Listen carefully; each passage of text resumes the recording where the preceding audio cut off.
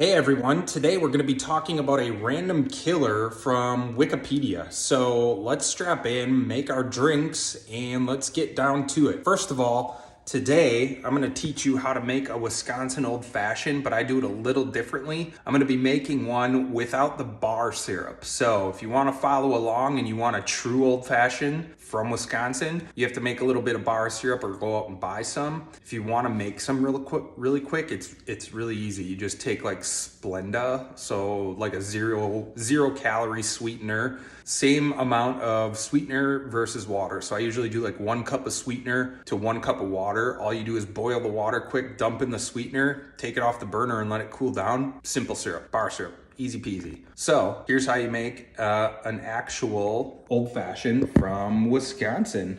First of all, we're gonna take our drink. We're gonna pour in some brandy, whatever type of brandy. I wouldn't go bottom shelf because you're gonna make it taste a little funny, but like a $20 bottle of brandy. We're just gonna do I usually do like 2 ounces, 2 1/4, something like that. And you're gonna take some bitters. We're gonna do a dash of bitters.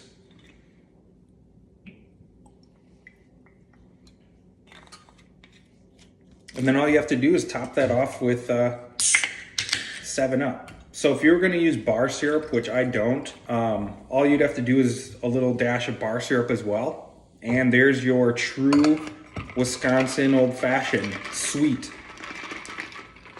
Also, before today's video, I found this in our cupboard.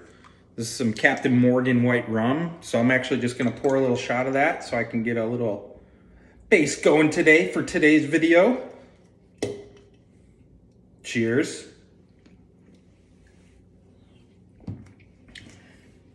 Ugh, gross.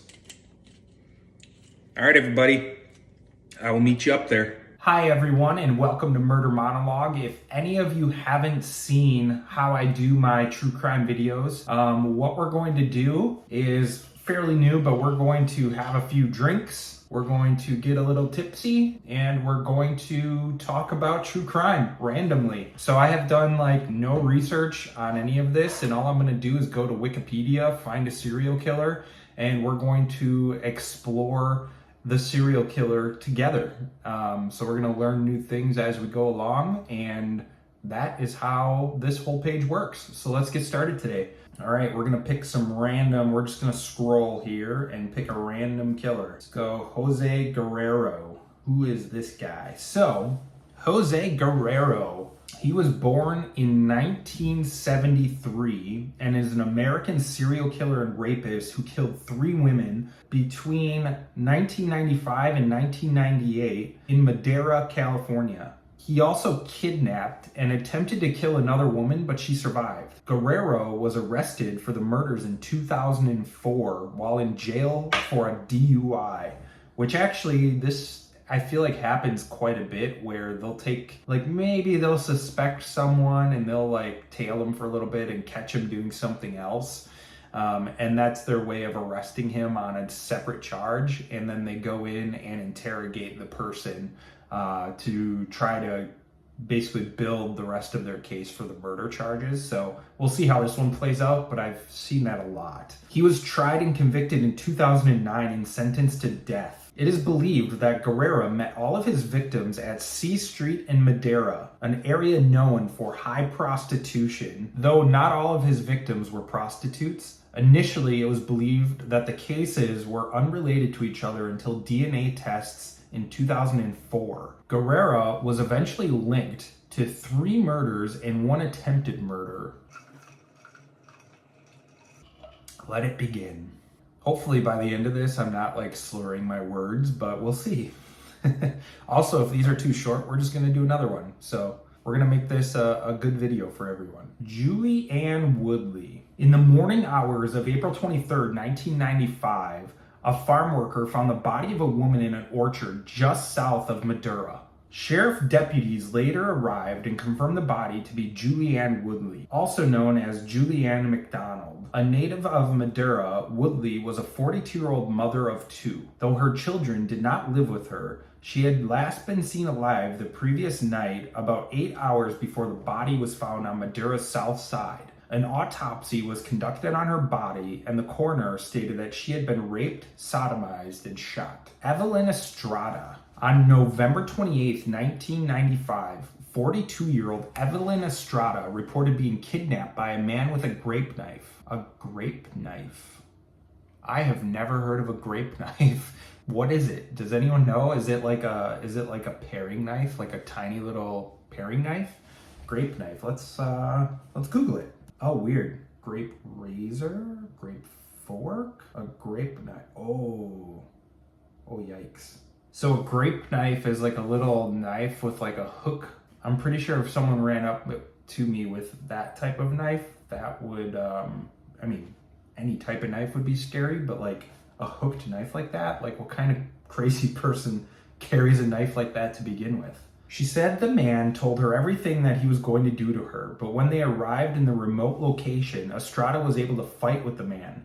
During the altercation, the man slashed her throat. She was able to escape and survive the encounter. So she survived having her throat slashed, which is crazy. The next one was Charlene Fowler. After nearly 3 years, another rape murder occurred on July 14th, 1998. So that's interesting. They went 3 years without anything, which is a little hard to believe. That's a pretty long time for a serial killer to go without committing a murder, especially when the last two were within 6 months of each other. So after nearly 3 years, another rape murder occurred on July 14th, 1998. The body of 30-year-old Charlene Fowler was found in an orchard. An autopsy concluded that Fowler had been strangled to death. Tamara Hernandez in 1998. Yeah, see, here's another one. So November 22nd of 1998. So this is only a few months after the murder of Charlene Fowler. To me, it's very hard to believe that he went 2 years without killing anyone. When he does kill, it's like within months of each other. So there's probably more victims out there that he just doesn't say. In 1998, 22-year-old Tamara Jones Hernandez arrived in Madera to visit family, having come from Eureka, California. On the night of November 22nd, Hernandez left the family home to buy milk for the children. Later that night, her body was found face down in an area near Road 23.5 and Avenue 15.5. What's up with the halves? Like, can't we just have, you have an unlimited amount of numbers? Do you really need half streets? 23.5 and Avenue 15.5? Just make it another number, right? I don't get why people have half streets.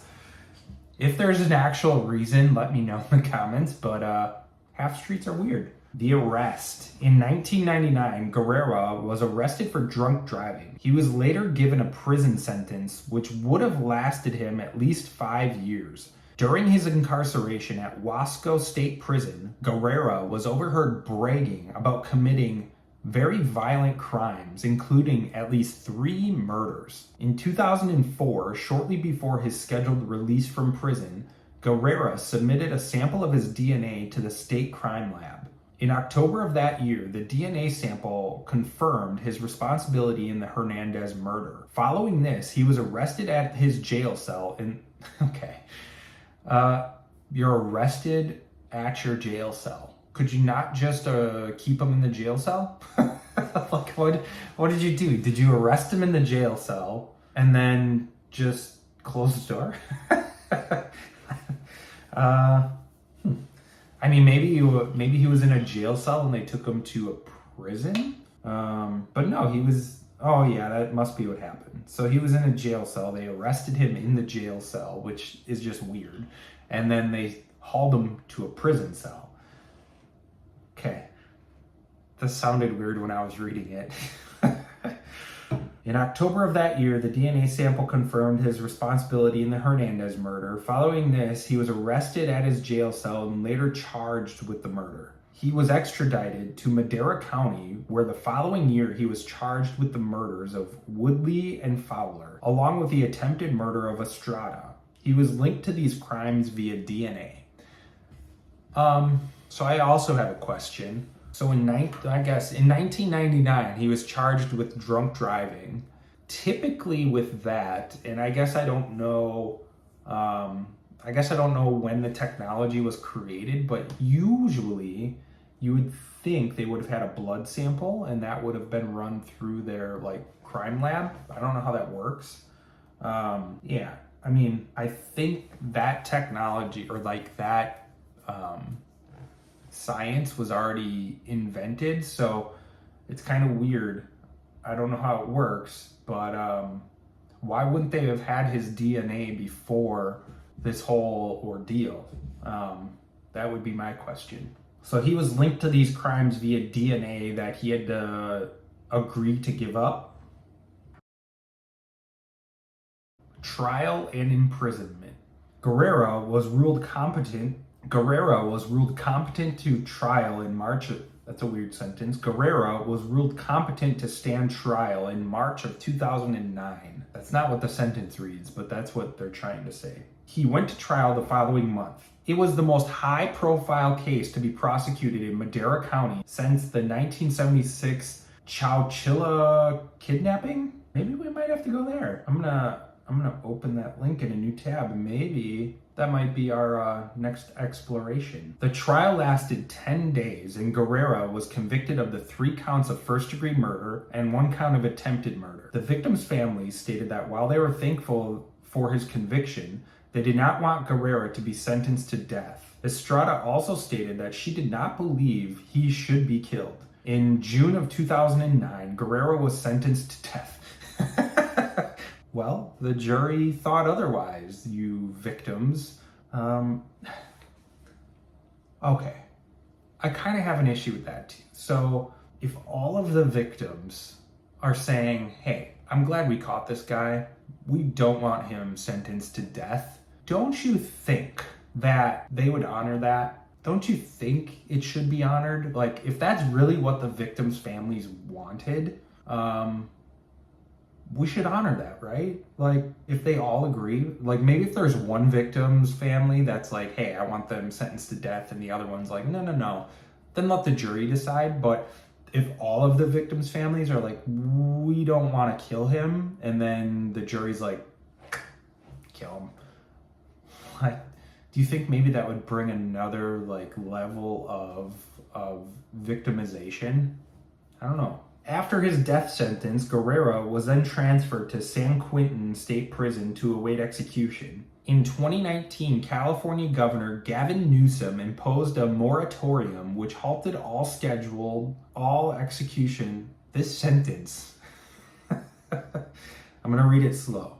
In 2019, California Governor Gavin Newsom imposed a moratorium which halted all executions in the state. It should just read all scheduled executions in the state. So, as of today, Guerrero is still on death row. I mean, great. I guess the victims' families are probably okay with that. So, there you go. So that's the end of the Wikipedia page, but I'm Googling him a little bit more because I want to see if I can find his early life. Yeah, there's really nothing on him.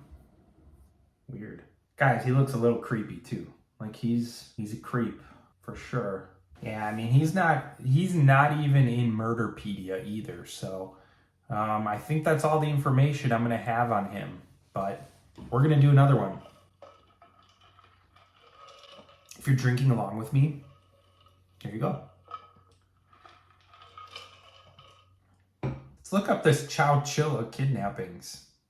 There's quite a bit more information here. Oh, I think I've heard of this. All right, we're gonna read this quick.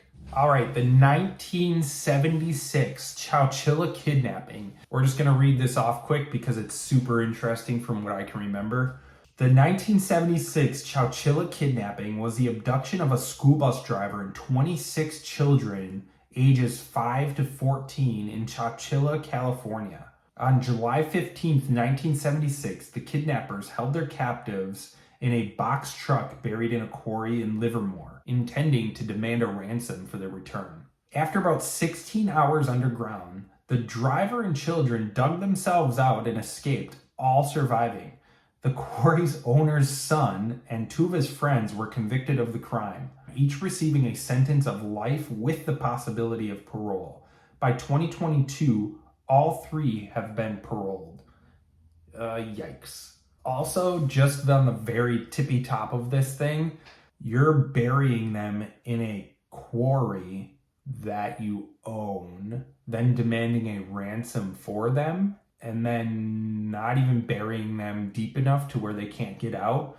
Like, all right, guys, you didn't even do it right. You buried them in your own quarry, and then again, you didn't do it right.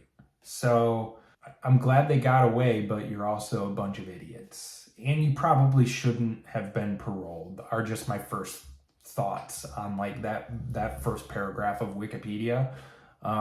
So let's read more about this story. At around 4 p.m. on Thursday, July 15th, 1976, school bus driver Frank Edward Ray was driving 26 students of Dairyland Elementary School home from a summer class trip to the Chowchilla Fairgrounds swimming pool when a van blocked the road ahead of the bus. Ray stopped the bus and was confronted by 3 armed men with nylon stockings covering their faces. Classic. I feel like that's in every single movie where the perpetrators or like the people committing the crimes are idiots. Every single time they wear the nylon stocking over their heads, and that's like the classic sign that you're an idiot. Great. One of the men held a gun to Ray while the others drove the bus. The third man followed in the van. Why follow? Okay. Why follow in a van? But all right. The kidnappers hid the bus in the Berenda Slough, a shallow branch of the Chowchilla River where a second van had been parked. Both vans' back windows were painted black. Not suspicious at all, people. I'm sure these vans were like the ghetto, like rapist vans that you clearly think about when they drive past you. You're like, ooh, that's a sketchy van. Their interiors were reinforced with paneling. Ray and the children were forced into the 2 vans at gunpoint and then driven around for 11 hours before being taken to a quarry in Livermore. So the fact that they drove around for 11 hours makes me believe that this was not a planned activity, and that they were just driving around with all these kids being like, what do?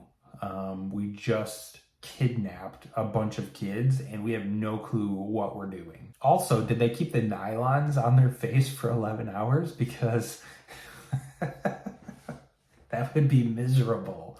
In the early morning hours of July 16th, the kidnappers forced the victims to climb down a ladder into a buried moving truck that they had stocked with a small amount of food and water and some mattresses. Ray and the older children later stacked the mattresses so that some of them could reach the opening at the top of the truck, which had been covered with a heavy sheet of metal and weighed down with 200-pound industrial batteries. After 2 hours of effort, Ray and the oldest boy, 14-year-old Michael Marshall, wedged the lid open with a piece of wood and moved the batteries. They then dug away the remainder of the debris blocking the entrance. 16 hours after they had entered the truck, the group emerged and walked to the quarry's guard shack near the Shadow Cliffs Regional Park. The quarry owner's son, 24-year-old Frederick Newall Woods IV, quickly came under suspicion as one of the people who had keys to the quarry and enough access to have buried the moving truck there. It's pretty simple. He and 2 of his friend's brothers, James and Richard Schofield, aged 24 and 22, had previously been convicted of motor vehicle theft, for which they had been sentenced to probation. I feel like this is pretty typical of like rich boy shenanigans, right? Like you think nothing is going to happen to you. Maybe mama and daddy like cut you off from the money. I mean, if they own a quarry, they're probably fairly wealthy. And if they cut you off from the money and you're like, how am I going to get more money? This might have been a plan that they came up with, maybe. I don't know. A warrant was executed on the estate of Woods' father, and there police recovered one of the guns used in the kidnapping as well as a draft of a ransom note, but the three men had fled. Woods was caught 2 weeks after the kidnapping in Vancouver, British Columbia, Canada. James Schoenfeld had been captured earlier the same day in Menlo Park, California, while Richard Schoenfeld had voluntarily turned himself in to authorities 8 days after the kidnapping. Okay, we're going to keep reading this, but like, my initial thoughts are like, these guys are idiots. The kidnappers had been unable to call in an intended ransom demand of $5 million because telephone lines in the Chowchilla Police Department were tied up by media calls and families searching for their children. So, like, they literally just had no luck whatsoever. They went to sleep at some point on July 16th and woke up late that night to television news reports informing them that the victims had freed themselves and were safe. Could you imagine you like do this whole thing, drive around for 11 hours with nylon over your face, bury them in a quarry, and then take a little nap and you wake up to find news reports that they just escaped pretty much as fast as you got them down there? What idiots. James Schoenfeld later stated that despite coming from a wealthy family, both he and Woods were deeply in debt. Called it. Honestly, that was pretty good. I've never actually seen, I've heard of this before, but I never have done any research on it or like really known about it. So interesting. We needed multiple victims to get multiple millions, and we picked children because children are precious. The state would be willing to pay ransom for them, and they don't fight back. They're vulnerable. All three perpetrators pled guilty to kidnapping for ransom and robbery, but they refused to plead guilty to infliction of bodily harm, as a conviction on that count, in conjunction with kidnapping charge, carried a mandatory sentence of life in prison without the possibility of parole. They were tried on the bodily harm charge, found guilty, and given the mandatory sentence, but their convictions were overturned by an appellate court which found the physical injuries sustained by the children, mostly cuts and bruises, did not meet the standard of bodily harm under the law. They were then resentenced to life with the possibility of parole. Richard Schoenfeld was released in 2012, and James Schoenfeld was paroled on August 7th, 2015. So they spent a good amount of time in prison. This whole thing happened in 76, and they were paroled in like 2015-ish. So like a pretty good amount of time in prison, but I still feel like that is not enough. Don't you think they could have been charged with a separate count for every single person they kidnapped? Wouldn't that hold like multiple life sentences? And like essentially they should never be released. It's a little scary. In October of 2019, Woods was denied parole for the 19th time.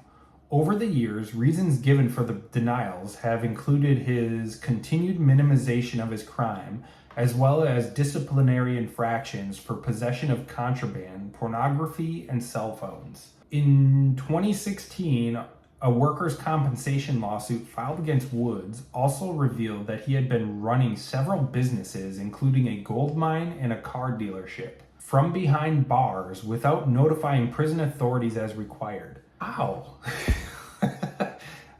Like, he's got to have help from his family, no? How are you running a gold mine and a car dealership from behind bars without your family's help? Like, how do you even get that started? It's like...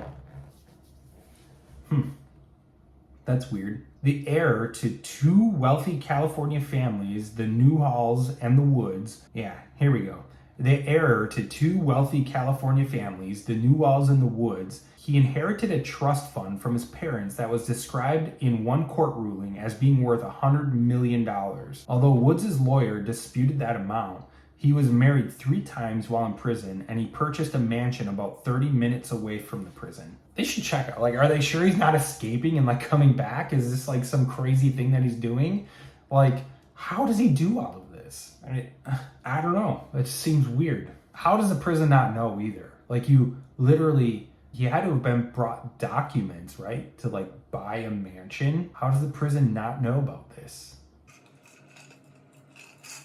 In March 2022, a panel of 2 commissioners recommended Woods for parole. The recommendation required an approval of the full parole board, the board's legal division, and the California's governor. The California governor, Gavin Newsom, asked the parole board to reconsider its decision, but the decision was affirmed. On August 17, 2022, it was reported that Woods' parole had been granted and he was to be released from prison. So Gavin Newsom didn't want him released, which is surprising. That's actually really surprising. The aftermath. Frank Edward Ray, the bus driver, received a California School Employees Association citation for outstanding community service. Before he died in 2012, he was visited by many of the school children he had helped save. In 2015, the Sports and Leisure Park of Chowchilla was named the Edward Ray Park, and every February 26th was declared Edward Ray Day in Chowchilla. A study found that the kidnapped children suffered from panic attacks, nightmares involving kidnapping and death, and personality changes. But, no physical injury was done to them, so these people couldn't be charged with life without parole. Like, why do we not take physical injury? Why do we not take like a mental health type of thing as a physical injury? Do you know how many people die of mental health disease every single year? You're telling me it's not an injury? Like, get real. Many of these children develop fears of such things as cars, the dark, the wind, kitchen, mice, dogs, hippies. I'm sure being on a school bus, going to school, I don't know, pretty much everything. You've been kidnapped and buried alive. One shot a Japanese tourist with a BB gun when the tourist's car broke down in front of his home. So this person is suffering severely from PTSD to the point where a car broke down and like they went crazy. But, no physical injuries. Many of the children continued to report symptoms of trauma at least 25 years after the kidnapping, including substance abuse and depression, and a number of them have been imprisoned for doing something controlling to somebody else. What was learned from the after effects suffered by the kidnapping was we're getting a little on the alcohol side here. What was learned from the after effects suffered by the kidnapped children has guided the treatment of young victims of trauma since the kidnapping. In 2016, the 25 surviving kidnapped children settled the lawsuit they had filed against their kidnappers. Good. The money they received was paid out of Frederick Woods' trust fund. And although the exact settlement amount wasn't disclosed, one survivor stated that they had each received enough to pay for some serious therapy, but not enough for a house, which, to me, this person should lose everything. They should lose all their businesses. They should lose the mansion they bought, that trust fund. It should all have been transferred over to the victims, and they just split it evenly. Each victim could become a millionaire. It'd be great. Why didn't that happen is beyond me. Why doesn't that happen is beyond me. Like, I honestly think if you are that wealthy and you commit a crime, honestly, even if you're not wealthy, if you commit a crime like that, all of your money should be transferred over for restitution. Like, why do you get to live the life you're living when you committed this ridiculous, my point is, why do you get to live the life you're living when you participated and committed this heinous crime against children? Like, you need to lose something other than your freedom for like 40 years. You need to lose all your money. This money is what got you into this situation. You need to lose it all. Plain and simple. So the last part of the Wikipedia page goes into the pop culture. Basically, they made a movie about this. They've been on a few episodes of TV about true crime. Inside Edition, they've been in some magazines, 48-hour investigation. So this is a pretty famous case, but like, what craziness. What craziness. Yeah, I mean, I'm just looking at some random things that were sourced in Wikipedia, and some of them are like, the children are still suffering to this day. Most of the parents refused to let their kids take school buses after that, which, I mean, go figure, right? Few wanted to talk about it, but nearly all have told family members and friends and therapists that the trauma from the kidnapping probably will always have an effect on them. They had a lot of therapy afterwards, but most of them still report dreams and just craziness around this whole thing. One of the attorneys said their plan would make a great British comedy because nothing went right. Which, yeah, that's true. Nothing did go right. And because they're idiots, like they were just a bunch of spoiled idiot kids. That's good. All right, everyone. If you enjoyed this video, if you want more like this, it doesn't go into super great detail. I mean, we try to get more detail in here. But again, if you want more videos like this, some overviews of some true crime, have some fun with me, have a drink, just let me know in the comments. And I'm going to keep doing this, I think. So it's kind of fun. I like reading this stuff. All right, everyone. Thank you for watching. If you like this video, if you like content like this, give me a like, subscribe to my page. I'm going to be creating more videos like this. And every once in a while, maybe we'll go into a little more depth on some of these. But for now, I kind of like the overview stuff. You can go do your own research. You can take a look at it. We're just going to sit here, have fun, have a few drinks, and read about some true crime on Wikipedia. So let me know if you liked this content, and we will see you next time. My drink is gone. My drink's gone, but try out the drink. It is a true Wisconsin Old Fashioned. I guarantee you'll like it. It's great. And we'll see you next time. Bye, everyone.